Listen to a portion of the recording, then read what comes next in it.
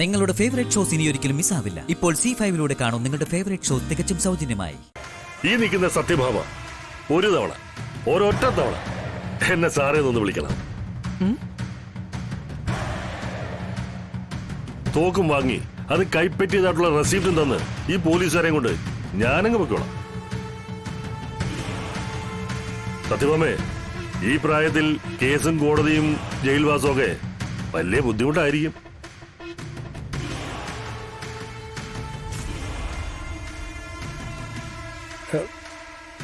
സത്യമേ,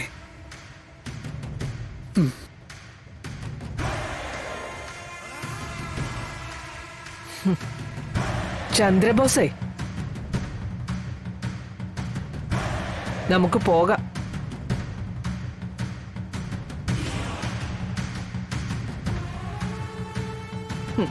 കഴുതയുടെ തലയിൽ ക്യാപ്പ് വെച്ചാലേ കുതിരക്കുട്ടി അതിനെ കമ്മീഷണർ എന്ന് വിളിക്കില്ല ചന്ദ്രബോസേ.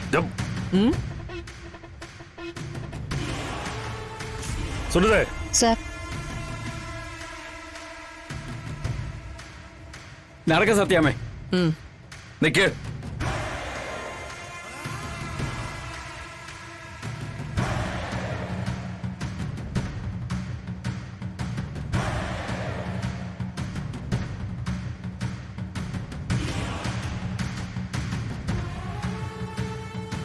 രാഘവ സാറേ, ഞങ്ങളുടെ ഡ്യൂട്ടി നടപ്പിലാക്കാൻ അനുവദിക്കുന്നോ അതോ?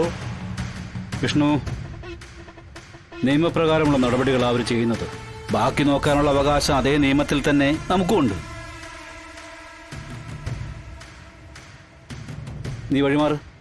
അമ്മ ഇവരെങ്ങോട്ടും കൊണ്ടുപോകുന്നില്ല അച്ഛാ.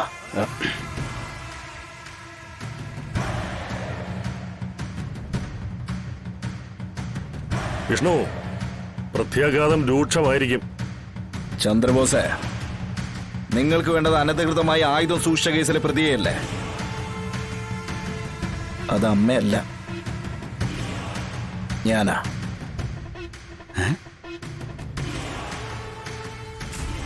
അതെങ്ങനെയാടാ? സത്യഭാമയുടെ പേരിലല്ലേ തോക്കിന്റെ ലൈസൻസ്?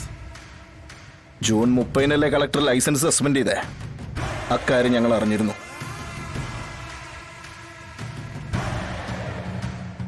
തോക്ക് പോലീസ് സ്റ്റേഷനിൽ സബ്മിറ്റ് ചെയ്യാൻ വേണ്ടിയിട്ട് അമ്മ അന്ന് തന്നെ അത് എൻ്റെ കയ്യിൽ ഏൽപ്പിച്ചതാ. തോക്ക് സ്റ്റേഷനിൽ സബ്മിറ്റ് ചെയ്തു എന്ന് അമ്മയോട് കള്ളം പറഞ്ഞ് ഞാനാ അത് കൈവശം വെച്ചിരുന്നേ.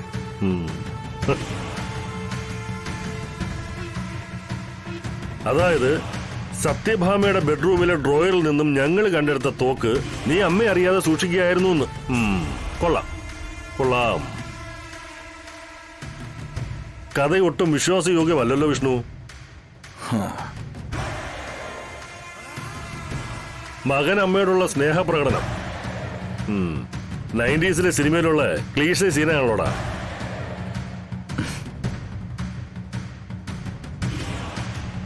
ലോകത്തെ ഒരു പോലീസുകാരും ഇത് വിശ്വസിക്കില്ല. പക്ഷേ കേസ് നിന്റേതായതുകൊണ്ട് ഞാനതങ്ങ് വിശ്വസിക്കുക.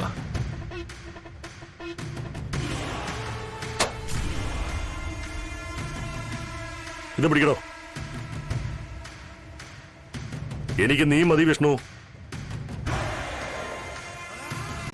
ഡൗൺലോഡ് ചെയ്യൂ C5 ആപ്പ്. കാണൂ എല്ലാ എപ്പിസോഡുകളും സൗജന്യമായി.